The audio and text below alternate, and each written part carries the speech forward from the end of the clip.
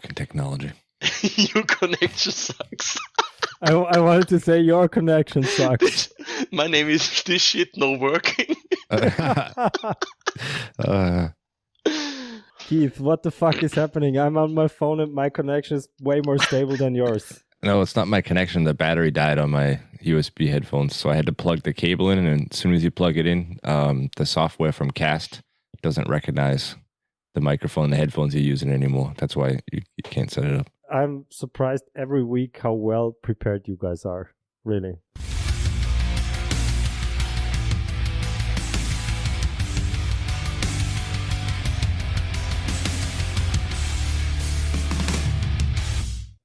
WFI Europe is sponsored by Pelican Paste Premium Hardening Wax. 100% food safe and all natural, Pelican Paste is the best way to protect and enhance your blades. Whether you prefer hard wax, soft wax, or Pelican oil, they have it all. Also, check out their new Shop Hand Salve and Grit Soap to keep your hands working as hard as you do. Go to pelicanpaste.com or check them out on social media for all your needs. Also, please note that no pelicans were harmed in the making of this product. Work for it, Europe. Let's go. Wow, that was a long intro, huh? Very long, yeah. So we're missing someone this week. Yeah, we're missing Matt. Again. But it happens, yeah. But we replaced him this week. Yeah. With someone even better. Someone better, taller. More handsome. More handsome. Way more skilled. Shots fired, shots fired. We got Mr. Huber on again. Hello, everybody. How you guys doing? We decided to let you back on, even though you left us and did a couple other podcasts, but that's all right. We still love you. I told you, if you need me, I'll be there. You never called. Were you cheating on us, Martin? No. I didn't have feeling for them. It's just for you, Albert. Okay, then it's okay. You were in Hustle and Grind, right? I was, yeah. Any other shows? 63 HOC, yeah. That's like the main podcast I've been on, actually, because I've been on there I think 5 times now. Okay. Mm-hmm. And yeah, Hustle and Grind was actually pretty fun, and they said, yeah, hey, you want to come back? And I'm like, fuck yeah. So how did that happen? You guys talked together at the Blade Show? They came up to me at Blade Show and said yeah, hey, like your shit, want to do a podcast with us? And I was like, yeah, let's do that. And then they didn't call for 3 months.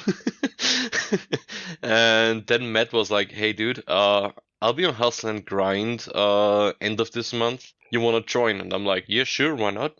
Sounds fun. And it was. So yeah, we made a lot of fun about this weird podcast from Europe. This I can't remember its name, but yeah, it was funny. Yeah, they usually are pretty booked up ahead of time, which is good. We should do more of that because we always scramble at the last minute to find somebody. You scheduled me for this one 1.5 months ago.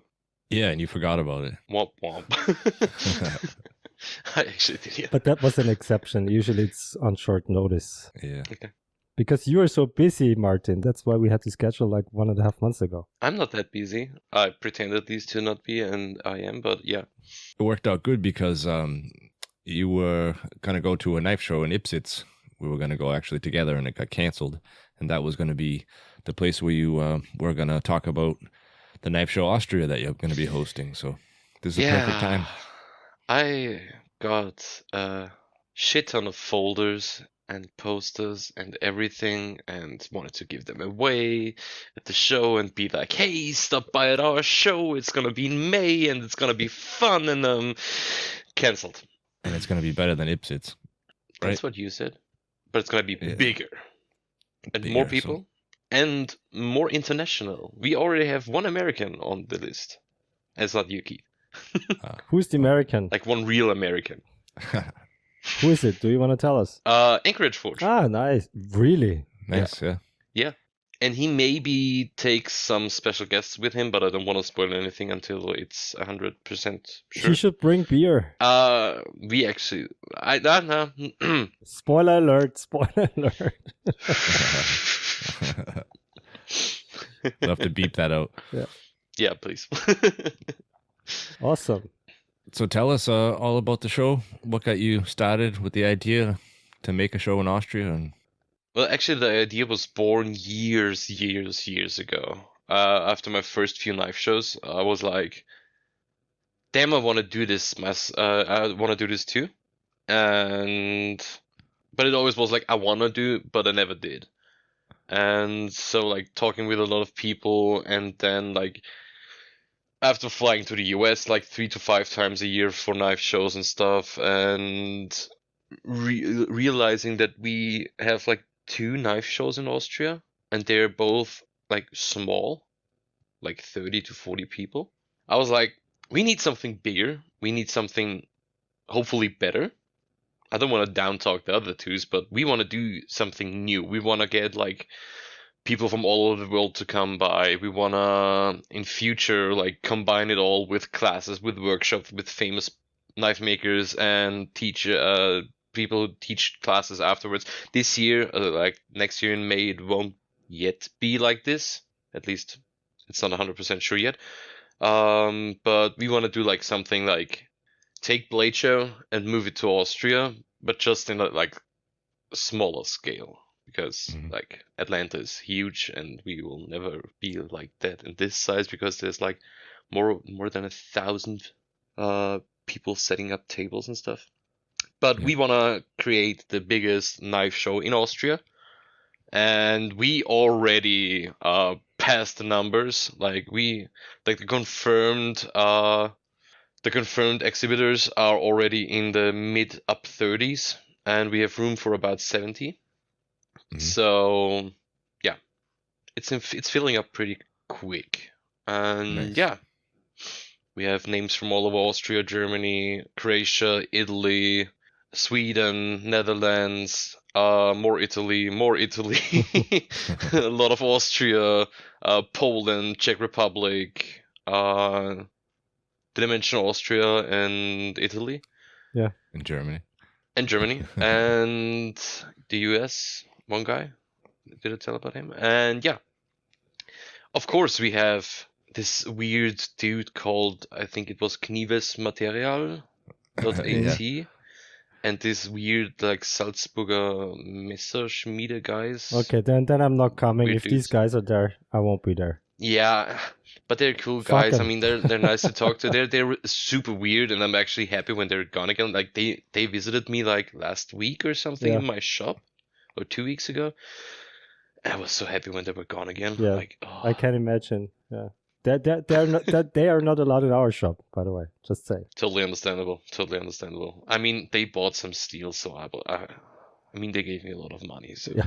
I didn't care. Like, you can bear people for money. I know. Hopefully you didn't let them near your power hammer, because they like to break power hammers lately. I mean, I let them touch it, but I didn't turn it on, so I knew if I turn it out, they're gonna break it. They're gonna break it. Oh, that's so true. It almost hurts a bit. As long as you don't do the Will Stelter move, everything is okay. Yeah. You know the Will Stelter Yeah, move? yeah. He broke his power hammer while he was Yeah. loading Yeah, to a truck. knocked it over. Yeah. Yeah. Fuck. I talked to him about that last year. No, in Texas. In March, I talked with him about it, and he still was pretty sad about that. Like I think if I talked more about it, he would have teared up. But yeah, no, he's good. He's a great dude as well. Yeah, it was a cool video, but I'm sure now that everybody's seen the video, every time somebody sees him, that's like what they bring up and just keep poking at him about it. Yeah. I mean, I did, and I feel sorry for him. Yeah, but knife show terms. 10th and 11th of May 2025 in next to Steyr up Austria. That's 1.5 hours from Salzburg, 1.5 hours from Vienna, 3 hours from Munich. We have, for the people who want to fly in, we have 3 airports in a 1.5, 2 hour radius around us. So it's pretty easy and pretty cheap to fly into Austria from everywhere in Europe and the world. Yeah. If you want to be a part of that, go to www.knifeshow.at. There's an English translation for the website as well. And yeah, it's 232 days to go. Yeah, so not only organizing the show, but you got to find places for these people to stay in. Like, how is that working out over there near you guys? Do you have a lot of hotel rooms in the area that fit all these people? The good thing is that we do it in Garsten. Garsten is a small town next to Steyr. Steyr is a pretty a mid-sized town. I'd say like 40,000 people. And sorry, And luckily in Shire there's a lot of hotels, and I already talked to 3 hotels to maybe have for the exhibitors at least a show deal, so they can get like the room a little bit cheaper or something like this. And yeah, if as soon as it all works out, I'm gonna be posting about it for the exhibitors. And maybe if everything is good, we already have one hotel that's also for the guests doing a similar deal as well. Nice.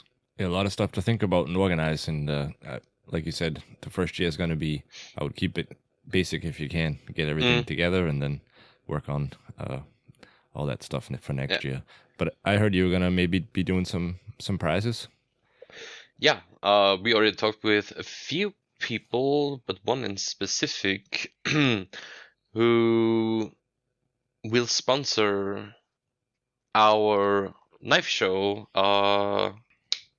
Goddamn English. Yeah, best knife of show. We're gonna have 2 categories that's planned for now. It's best kitchen knife and best outdoor or hunting. So yeah, we're gonna have people compete against each other. This is just a fit and finish and looks and work stuff. So we won't test them on stuff because we don't want to scratch people's blades and stuff. So we just will look at it. So it's gonna be a jury of 3 to 4 people, and well, better make an odd number. And yeah, we're gonna test them. So jury member is me and Mr. Andreas Lorenzi from a pretty well-known Viennese knife shop. So we're gonna, and I'm still talking to 2-3 other guys to make the judgment with us. So there's gonna be a possibility, if you win this whole competition, you can win prizes. So it's not just a piece of paper, whereas like, oh, you won. So there's like really like prizes. Like, yeah, I don't want to talk too much without having 100% confirmations, but there's already a few people saying yeah, they will. Also, for the visitors, there will be a possibility to win something like t-shirts, knives, stuff.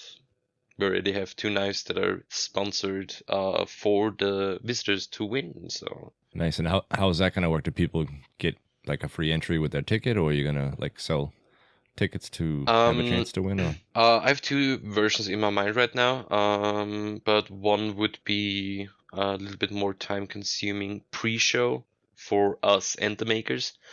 So I'm pretty sure we won't do this the first year. That's like a public vote, like which knife is the coolest.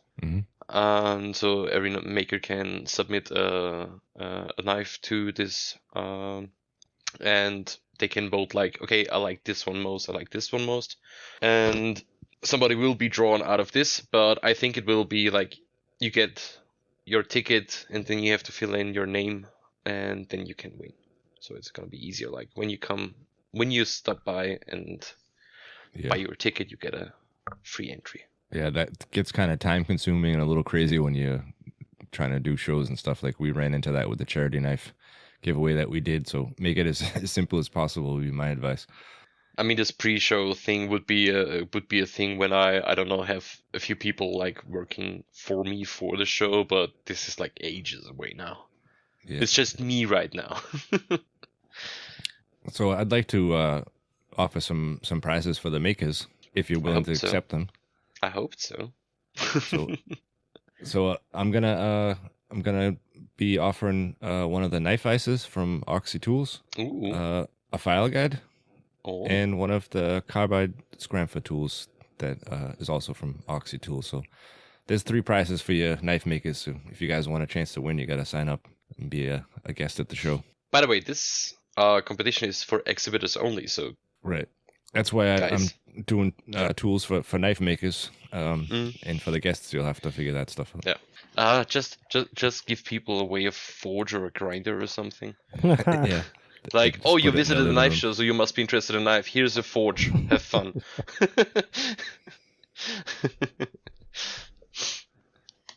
That would be silly, but fun. And some houses would burn down. And will you be serving Red Bull? I had somebody ask me that I should ask you that question. I mean, this is a question I think nobody really has to ask. There will be like classic beverages like beer and Coke and Fanta and stuff like this. And then there will be the Martin Special and the Martin Special sugar-free. So, yeah. So, yes, Red Bull will be served. I already have planned to ask them for a sponsorship for the show as well. And for my channel, goddammit. Yeah. Get your channel sponsored by Red Bull and have your face on the cans at the show, maybe. Oh my god, this would be so freaking awesome. Like they did with Max Verstappen last year. What did they do? The Formula 1 guy. They had this special series of Red Bulls with his face and the car on. I didn't see that one. I always drink the generic ones. I'll tell you why, because when I used to go out a lot, I would get like Red Bull and vodka mix and stuff. And if you get a little too drunk on those a few times, every time that thing gets near your nose, it reminds you of that. Oh and god, so like the kind of change classic flavors. like the classic Jägermeister story everybody has. Yeah, exactly. So Martin, about the knife show, do you offer different kinds of tables for exhibitors? And how much are these? We have tables. There are two rooms, two main rooms, main room 1 and main room 2, and there will be tables in a size of about 2 meters by 60 centimeters. That's the mid size. But we have two different sizes of tables, but they're in shape, like in size, they're the same. And there will be the option for 1 or 2 tables and booths. We already have the biggest booth sold out like immediately to some weird knife material shop. I think I if I remember the name correctly, it was knifematerial.at. Buy your stuff at knifematerial.at now with the discount code Hoover10. And,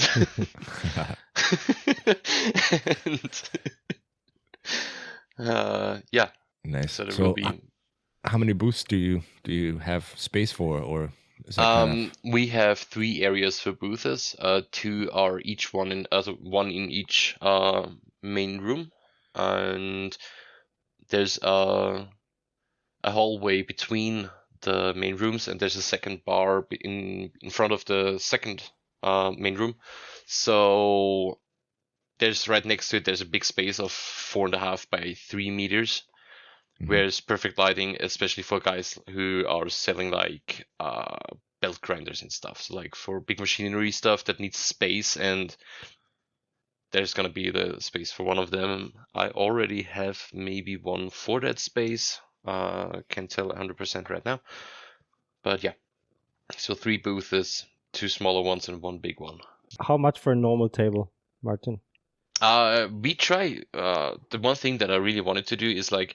And I think that's one of the things that's different to other shows, because I am organizing this as a knife maker. So I've been to shows all over the world, and I took what I liked and took what I hated from other shows and tried to make the best for the knife maker. So it would be a show where I liked to be and showed my stuff. So I tried to make the best out of it, and I calculated all the costs of the venue, of the stuff we have to do around, the stuff we have to rent, the stuff we have to do for advertisement and stuff. And I calculated badly on the advertisement, I already found out. So I'm gonna be in a little debt before the show. And so I got down to 95 euros, including Austrian tax, for one table, for a 2-day show. That's not a lot. No, that's a steal. That's super cheap. Yeah, because in normal 1-day shows you pay like 60 to 80 bucks for a table, and so I tried to make it as cheap as possible. That's good. And yeah. How much is a table at Knife in Solingen? Do you remember? I always take like 2 or 3 tables, so I think I paid for 3 tables. I paid like 500 bucks. Okay, so a bit more expensive. Yeah. No, that's definitely very fair price. Yeah, it is. Yeah, I mean, and from what I've heard, you're doing the organizing basically for free, right? So I don't make money on this. that's at all. That's what I meant. Yeah, so that's more than fair then. I mean, I don't, and I don't even take part in the competition and stuff. So, because I'm like head judge and organizer, so yeah, and you're a jury member. That'd be weird. yeah. I wrote this out like the confirmation email to the first few exhibitors, and I was like, when I told them like first time that this is the first time it's gonna be official that we have something like this, and when I told them like there's gonna be something like this, but I won't take place in it, so it won't be like, oh, he's judging his own knife and he's gonna win, blah blah blah. No, I won't have this shit. No, you can't do that. That would be totally unfair. Yeah, and highly unprofessional. I mean, and even if I didn't win, and I mean, if I won, it would be even worse. But even if I didn't win, still people would say like, "Oh, he's his own judge," and blah blah blah. Yeah. So no, I don't have to play in every party. Yeah. No, but that'll be nice to be able to walk around and talk to everybody. When's the last time you had a knife show and you didn't have a table? Like, you never get time for that shit. 1 year ago, the first and only knife show where I went where I didn't have wrong. My first knife show I visited was Ipsitz, I think like 6 years or 7 years ago, where I met Trollsky for the first time. And yeah, last year I did fly out to Salt Lake City to Glacier West just for a weekend to go there and see my friends over there and just hang out and do stuff. And I mean, it's Utah, so we didn't drink that much, but yeah, just a fun weekend. 2,500 euro fun weekend.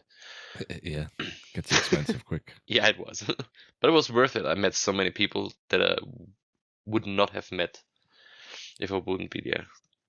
Nice. So I imagine your coworker or your employee Christian is gonna join you at the show. Where in Salt Lake now, or no, the knife show Austria that you're gonna be. Oh yeah, knife show. He's gonna man the table. Mm-hmm. Him and our friend Mo. I think you all know him. Yeah. And yeah, these two are gonna man the table, and I'm gonna be pretty sure won't have that much time to be at the table because everybody's gonna be like, oh, I need this, oh, I need this, oh, I need that, oh, I need this, and yeah.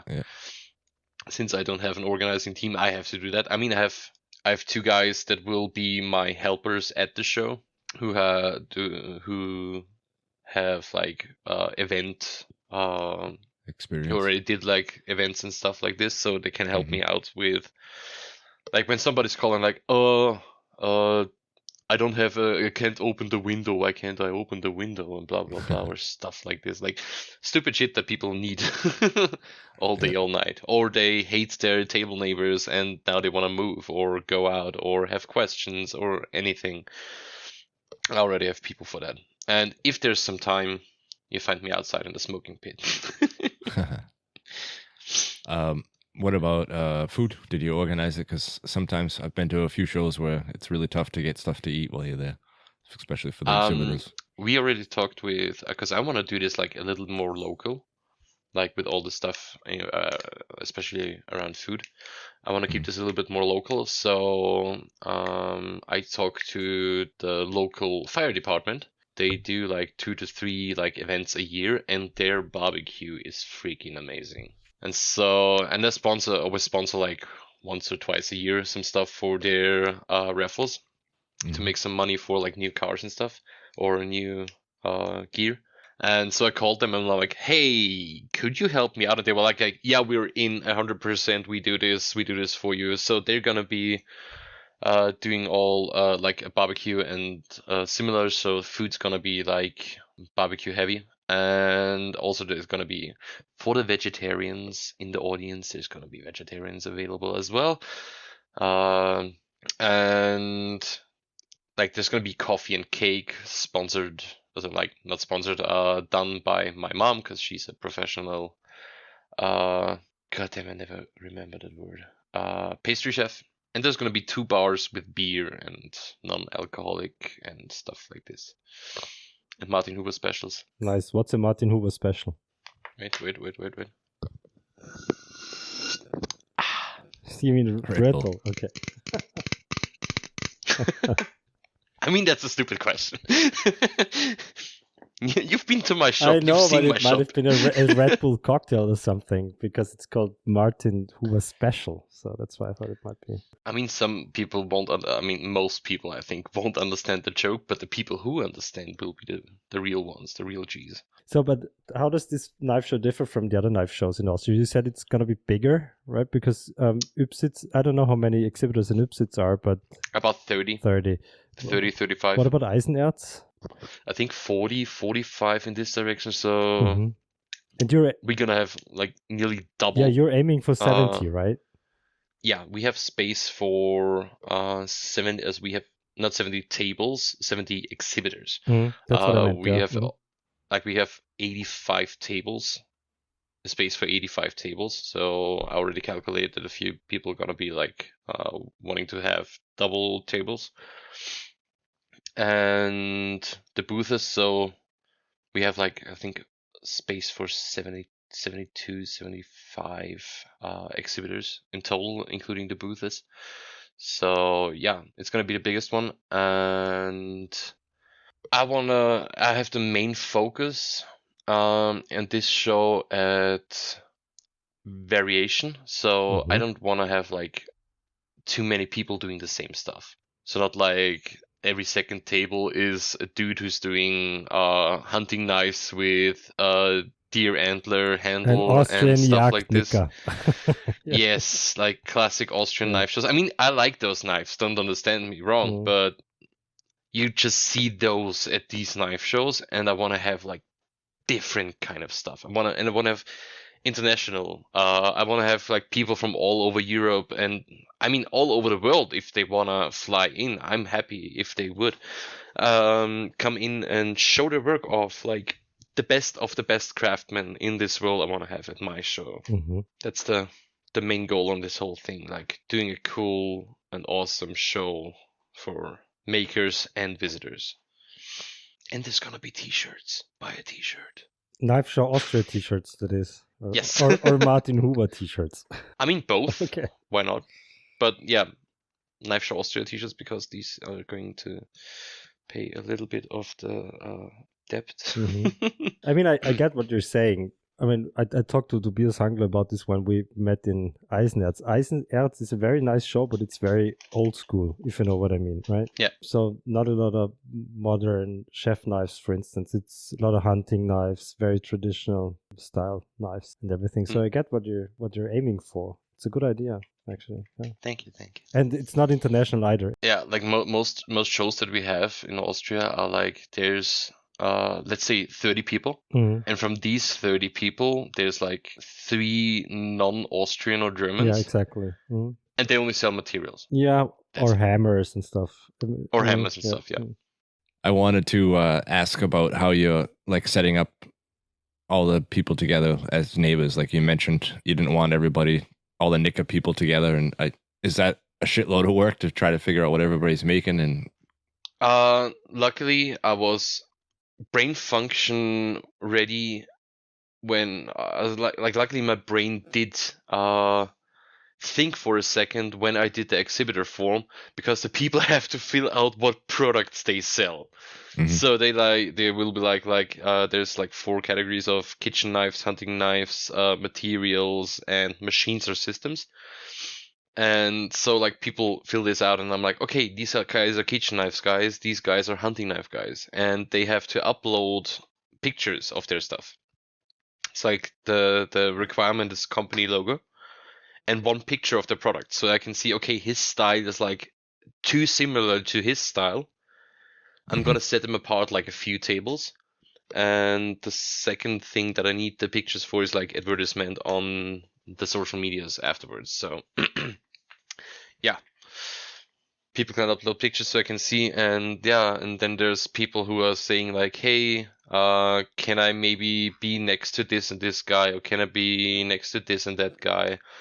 And so there's like, I think 6 tables that have already given away. So 6 tables are already fixed where the people's gonna be. And this is all around your booth. Nice. like when you look from your booth to the room, right next to you is the Salzburg boys. Yeah. On the left side of you, like you're in the corner. On the left side of you, straight, there's Sid. Then there's gonna be Shia, and then Yeah. there's gonna be Glatt, and right next to like in the opposite side of you, like the opposite row, there's gonna be Spira and Ben. Mhm. So these are the pretty much fixed ones right now. All the other ones, I'm waiting till a few weeks, a few months, like a month prior before that.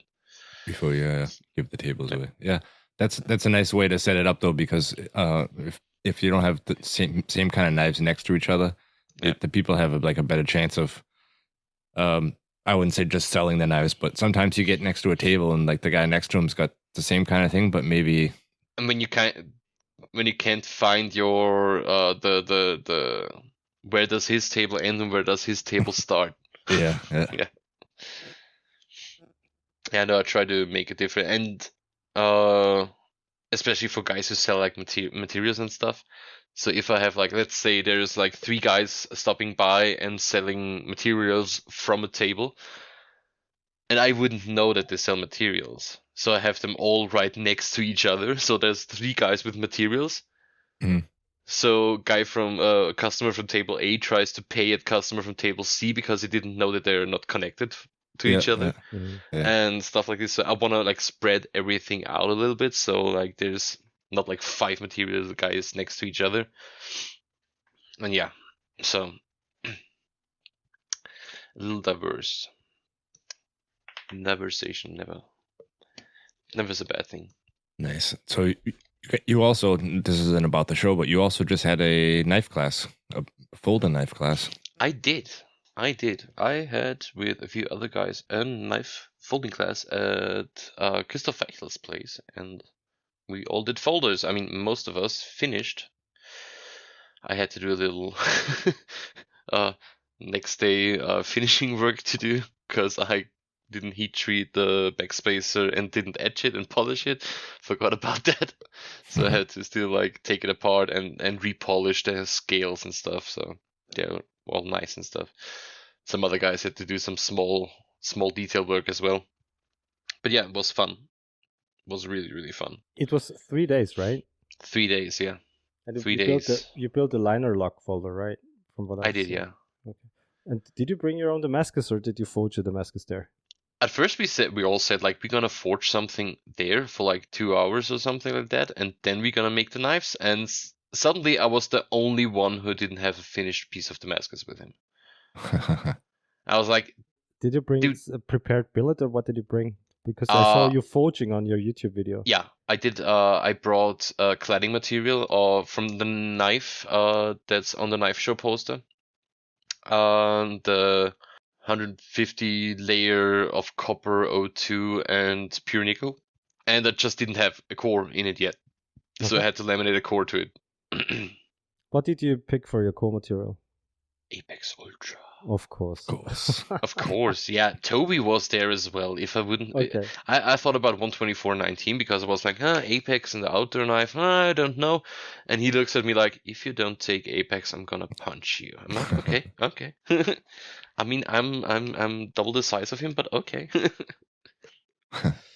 But that does Apex work on outdoor knives? Do you know that? It actually does pretty good. So I mean, it has the toughness of like EDC or V2. All right. Okay.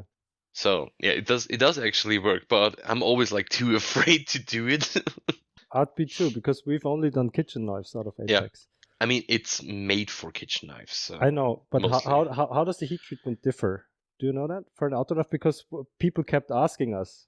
We actually did a little bit lower heat treating temperature. Normally we Okay. do our Apex at 830 to 840, Mm-hmm. and we now did it at 810. Mm-hmm. That's what Toby said is actually good for this. So we're at the lower end of the HRC at like only 64, 65, something like this. Mm. But it's way tougher. And what about tempering? Oh, I don't know. Like I just put it into the oven. Okay. Like I think like out of the 6 people we were, I think 5 did Apex. I think only Chris, my employee, didn't do Apex. What did he do? What did he pick? His own Twister Mascus. Ah, nice. Mhm. It's actually one of the nicest Twister Mascus he's ever made. So was it a lot of work? The first day I was asking Chris at the end of the day, I'm like, is this going to be like this the whole time? And he's like, why?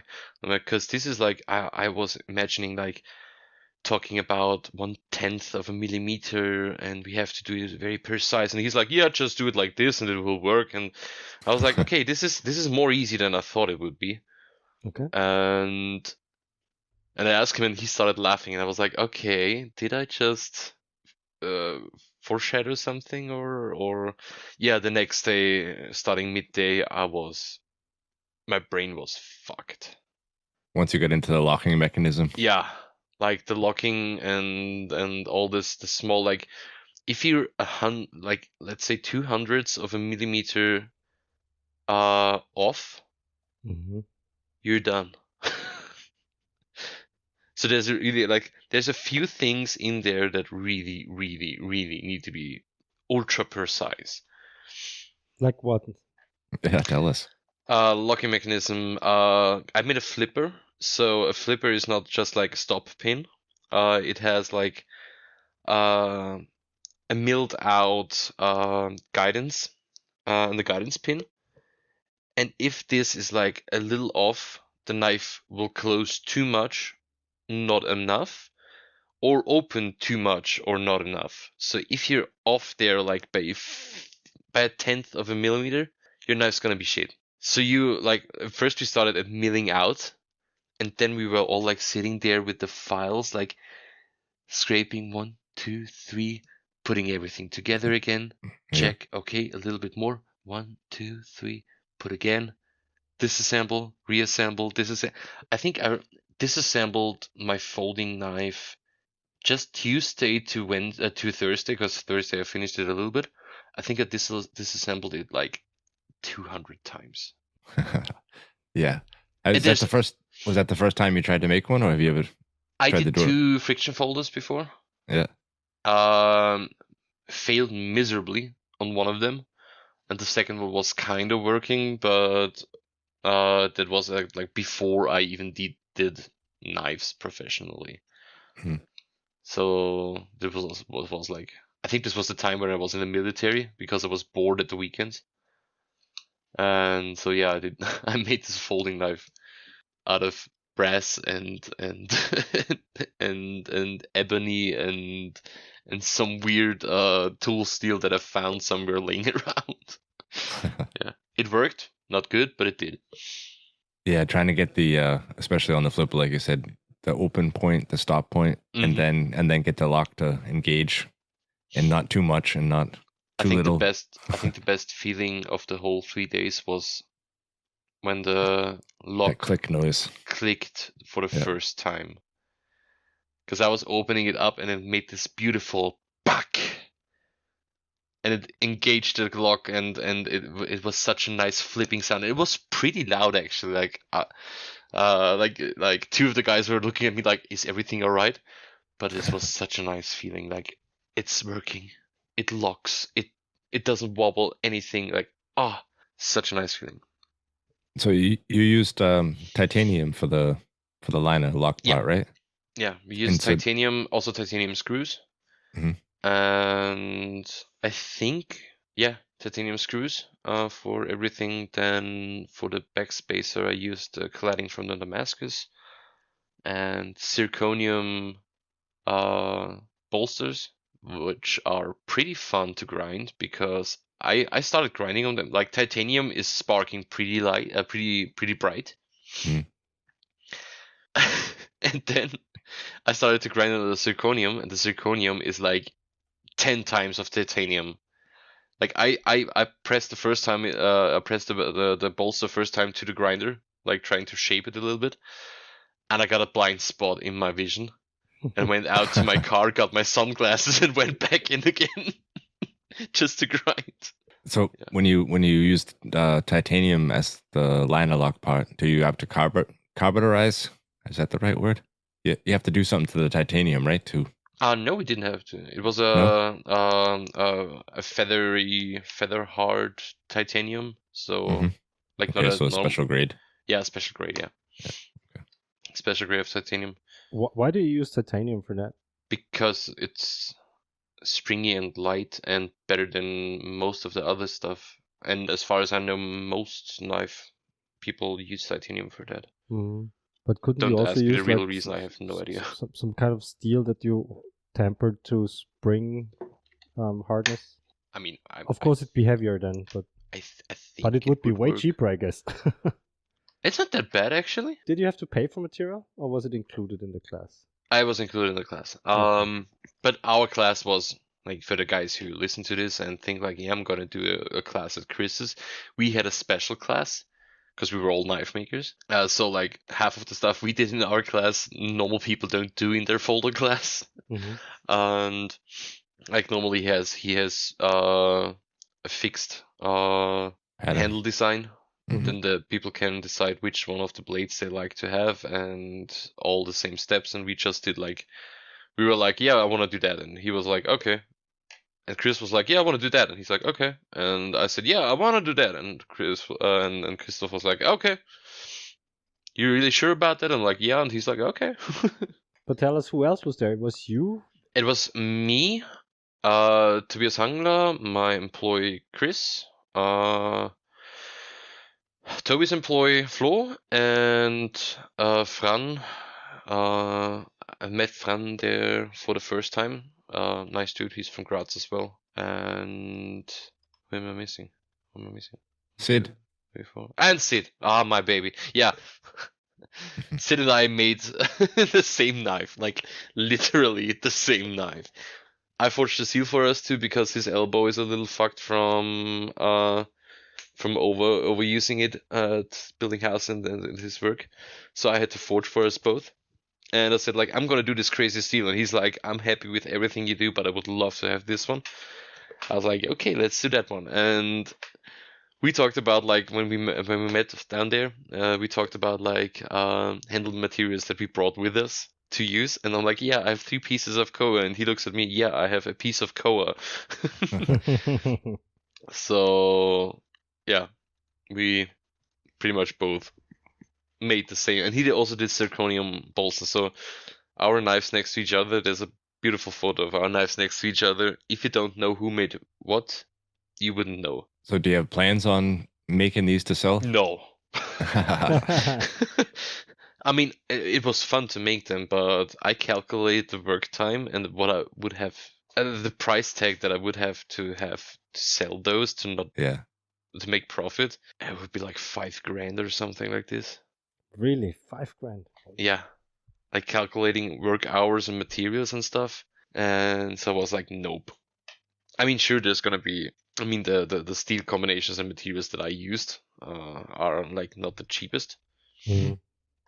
But yeah, It was all done on conventional machines, right? No CNC. It was a no conventional CNC, no mill. nothing. Everything Okay. conventional, yeah. And he also showed us some tricks like, yeah, if you want to do this at your home in your shop without like this fancy mill or stuff, like with a drill bit alone, do it like this or do it like that. So he really like gave us tips how to make it in your own shop. Nice. It was pretty cool. Nice. So if any of the listeners wanted to take a similar class from Chris, do you know where they can find him? Yeah, it's on his website under calderum.com. There's folding knife classes. You can do a Damascus folding knife, a line log. Pretty cool. It's actually pretty cool. It's pretty fun. And how's the new shop? Because I think that was your first visit there to the new one. It wasn't my first visit with him at all. Okay. It's actually pretty cool. It reminded me a little bit of my old school. Like you walk in and at the forge. The forge is a little smaller than I thought it would because on the pictures it looks a little bigger, but it's actually nice forging area. And then you walk into the main room, like where's the mill and all the drills and all the other stuff. And it has such an high school flair. Like the classic wooden tile floor, like these small little wood cubes on the floor, and all these locking cabinets where's all the mill and end bits and all the drill bits in there and everything. Like, I got school back flashbacks. And then next to it there's a grinding room with like 11 grinders or something like that. A full dust collection and everything, like pretty cool. No, I really like his shop. It's pretty cool. So now for the most important question of the show here. What did you guys all wear to the class? I wore a normal t-shirt, and my employee Chris wore a tank top. And I said, like, I don't have a tank top at home, so you need to make me one, or need to give me one. And he was like, okay, I'll just rip off the arms on yours. And I'm like, okay, do it. Then he didn't do it for the first 2 days, and like, do it. And he didn't. On the third day, he was like, okay, come here. Walked over, ripped them off on both sides, and now I have a original Christoph Feichtel Martin Huber Knives tank top. Nice. Yeah, so for the guys who don't know, he's like 24/7. Doesn't matter if it's at the middle of winter and he's forging outside. He's got the muscle shirt on, tank top. It's his. He's always wearing his black wife beater. Yeah. Yeah. Well, for wintertime, he has like a little heavier one made out of leather or something that he wears. Yeah, that's the leather and wool, but arms none covered. He got a prize for something he did from the Austrian government a few years ago. Yeah. And on the ceremony, everybody in full suits, and he was just standing there in the tank top. Yeah, I remember that picture. That picture is one of my most favorite pictures of him ever. We'll have to take that class someday, Albert. Yeah. I'll join you. Yeah. You want to do it again? I'd do it again. Maybe next year. Or... And maybe we should have been there, but we weren't able to make it. Yeah, it's hard to get everybody on the same date. I think we tried to get this date for like 2 years now. Yeah, at least. And we had to postpone it once, right? So twice already. Twice. From October to April, from April to now August. Mm-hmm. Or September, something like this, yeah. But yeah, if you guys do it, call me and tell me the date, maybe I'll join again. But make a simpler one this time. I went full retard on the first one. I don't have to, because now the problem I have is I really went full retard. I made the fanciest shit that I could do. I don't want to use it. Okay. Yeah. I don't want to scratch it. I can't do this. I don't want to. Now I need to make one that I really would use. Like mono steel blade or something. Even like if this. it was, I think you still probably wouldn't use it if it's the first one you made. I think it wouldn't be the problem because it's the second one. Because I have the fancy one to show off to people, and the one that I really use, I wouldn't use it. You're right. Yeah, no, I wouldn't. At least not heavily. Like maybe opening a letter, or that's it. I haven't even sharpened mine yet. But could you do one in your shop? Do you have all the machines you'd need? Technically, yeah, okay. I could easily. I mean, I had to buy a few like end mills for and small little attachments, but I could do it in my shop. Yeah, I mean, our surface grinder is not that good. I mean, it would be possible without it, for sure. Not as easy, but it would. But I could. Yeah, but you could definitely get it done. You got the machines. Anybody got a nice surface grinder? I mean, I have one, but mine is like unprecise as fuck. Yeah, that kind of defeats the purpose of a surface grinder. Yeah. Totally. We bought our new surface grinder at an auction, and they used the wrong measurements there. So we thought that we could put it into our grinding room, but it turns out it was way bigger than we thought it would be. So now it's standing in the forge. How big is the table? Like the magnet table? I think 60 by 30 or something. It's huge. Damn. Mm. Damn. That's a big boy. Yeah, for the price you paid, if you just went to buy the magnet table, it's probably what that thing would cost. Just the table by itself. Yeah, new maybe. Yeah, we bought it. yeah. We bought it for our old surface grinder. We bought a new magnet table. and we paid like 500 for it, and it was like 20 by 40 or something, or 20 by 50, something like that. Those magnet tables are really, really damn expensive. Yeah, they are. I looked into new ones for ours because the one that's on ours is like weak as fuck. Mhm. And like a similar size, like the one that we have on is like 40 by 20 centimeters. Mhm. New they are like $2,000, $1.5, $2,000 if you want At to have least, a good yeah. one. Mhm. And I was like, no. And without the power supply, right? So Without the You- power supply, yeah. yeah, Just the because- table, table because itself, yeah. because the power supply costs like 250 euros or something, or 300. Yeah, I didn't even look into those. I saw the price tag on this one. I was like, nope.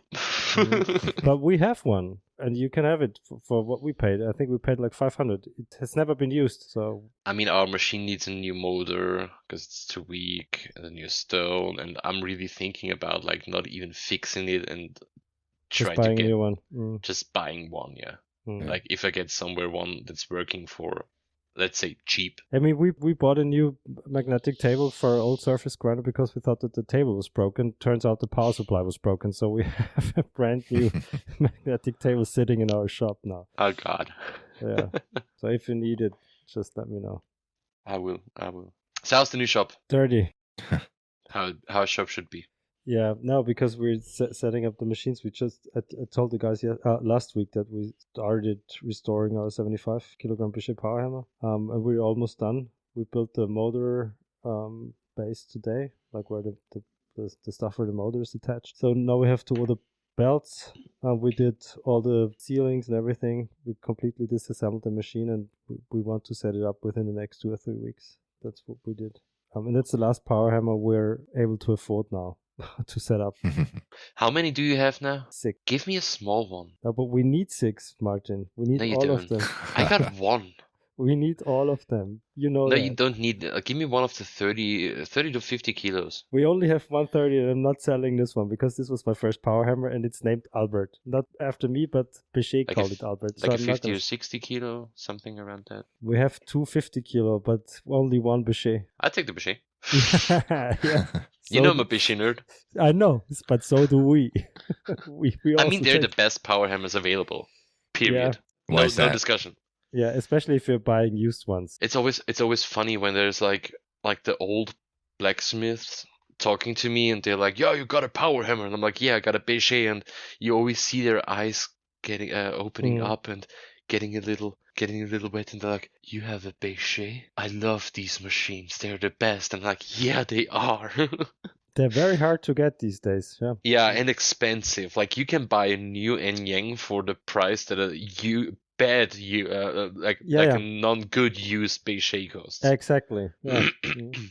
What makes them so much better than the other brands or the other? They're power made hammers? for 24/7 use. So they're made. over-engineered. Yeah, they are super sturdy, super tough, and the only thing you really need to do at a Bichet is give it some oil, and that's it, and he runs. Like ours has a water cooling system as well, so ours is really made. I think in one of the manuals it's like, when using 24/7, please let it cool down for like 1 hour every 2 days or something. Because I'm they like, get very what? hot when you're forging.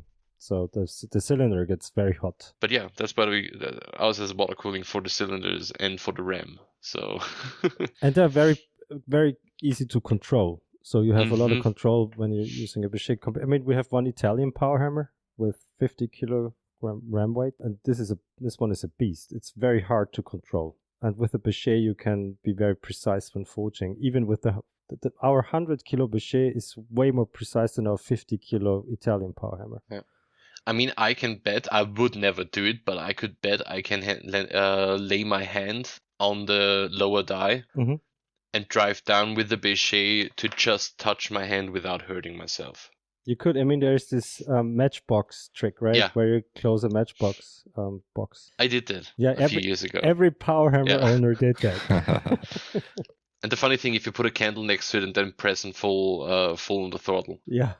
it smashes and then suddenly big flame and then or you could do as I did and put a Red Bull can under it and one smash and it's like pulverized. Mm. Red Bull sponsor me. Just saying. But as you said, they're crazy expensive these days. I mean, what people charge for these used Bichet power hammers, that's ridiculous, right? I'd rather buy a new Anyang before I pay like 10 grand for a used Bichet, an old one. Because they're good, but they're not worth it if they're like 50 years old, because at some point someone will have fucked it up, right? So that's mine's 80 years old, and as we got it, there was a tree growing out of it. I know, but we bought our 100 kilogram Bichet power hammer, and this was built in 1900, and it keeps on breaking on us like all the time because some of the previous owner fucked it up. But that's not a Bichet issue, that's an owner issue. Yeah, it is. But Yeah. if a machine is that old, it's very likely that someone fucked it up. Possibly, yeah. So that's why we have to fix this machine like all the time. It's the third time now. It's disassembled in our shop because something broke. And whenever we find out what broke, we're super annoyed and angry at the previous owners. Just write him a letter with a big fuck you. Yeah, but they might have died already, because if it's 124 years old, I mean, we don't know who fucked it up, because there has been like 2 or 3 owners, right? So it wasn't just to all the owners before us. Yeah. Fuck you all. Thanks. That's what we should do. Yeah. Last time I was in your shop, you had it disassembled, and you found what did you find inside it? There was something inside the cushion plug. Yeah. The cushion plug broke, and because there's a ring on top of the cushion plug, and it was welded on there, but it's not supposed to be welded on there. It's supposed to be one piece of steel, right, or one piece of bronze, whatever you use. Mm-hmm. So they fixed it at some point, or they tried to fix it, but not the right way. So they fucked it up. That's supposed to be like the weak point if there's some problem that plug pops out instead of breaking other shit, right? And it's not supposed to break, so yeah. Right, yeah. So that's why you use one piece of steel or one piece of bronze. Still the best ones, though. Agreed. The nicest looking ones, for sure. And the best ones. The best old machines are like old drill presses. They're just sexy. They are, yeah. Oh yeah. Yeah. Well, guys, what do you want to end this? Do you want to end the show, or do you want to hear an old drill press story?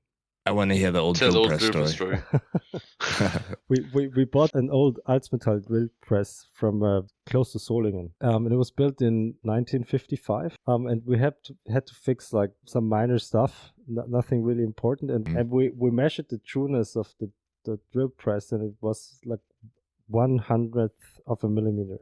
So after 70 years, show me one new machine that has this accuracy. Right. Not even a new one would be that accurate. Yeah, talking about old drill press. And that's a pretty special drill press. It's not one, right? It's is it 4 heads? Oh, that's a different one. Yeah, it's a different one. We have one Alzmetall, and we have an Alzmetall drilling center, like 4 heads in a row. Yeah. So, but same company, but it's a different machine. All right. Who dropped what? Yeah. Somebody dropped something. Speaking of dropping. Now I dropped my phone. Oh shit! And the internet still works. Yeah. Yeah. Well, we're about to drop the show. I think that was a good one. Martin, May 10th, May 11th, 2025 for the Knife Show Austria. Knife Show Austria, www.knifeshow.at. Come by, say hi. It's Mother's Day. Yeah. Yeah. So bring your mom, and she gets a special deal, right? Yes, actually, yes. That's really what we're gonna do. Bring your mom on Mother's Day, and she gets a special deal. Nice. All right, guys. We will put the link in the show notes in case you're too lazy to look it up. knifeshowaustria.at. And watch my YouTube channel. And sponsor. Everyone subscribe to Martin's YouTube channel. And shut off the ad blocker so he can get paid for it. Yeah, shut off the ad blocker. Watch the ads, and every time there's an ad on, think about how you support the stuff that I do on there, the hours each week that I sacrifice for this. I was up until 3 in the morning yesterday to edit the video for tomorrow, because today is the podcast. Yeah. So, help me. How many hours do you spend on editing for YouTube? Just editing? Just editing, yeah. Oh, it depends so much. Yesterday's video was pain in the ass. The more I talk, the worse it is. Like, the more somebody talks in the videos, the worse it is. If it's just a vlog, I just keep in the mistakes and the errors because I don't care. But tomorrow is the 1 year when is this podcast going live? It's going to be Tuesday. on Tuesday. Okay. Mm. Like last Friday for you guys listening, but for us tomorrow, is the 1 year birthday of my channel, of my upload.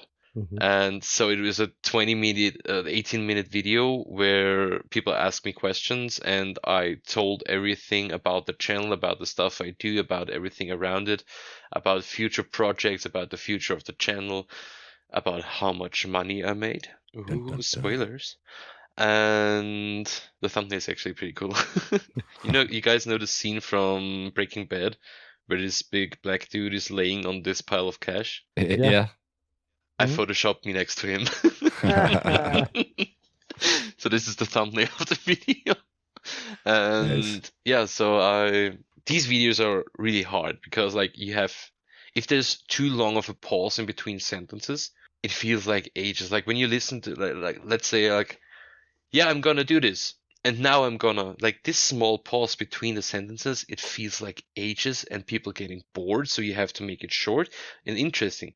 But now I have just a video of me sitting right next to my anvil and talking. Nobody would watch that for 20 minutes. Yeah. So I had to put in scenes of videos, other stuff. So yesterday's video took me like 1.5 hours to film, 1.5, 2 hours to film in total with all the setup and stuff. But it took me, I think, 13 hours to edit. And a normal video right now, like me showing the stuff that I do, a little bit of talking in between, like a classic, like 15 to 20-minute video, takes me somewhere between 6 and 12 hours, I'd say. Holy shit. Okay. So Each at least, week. yeah.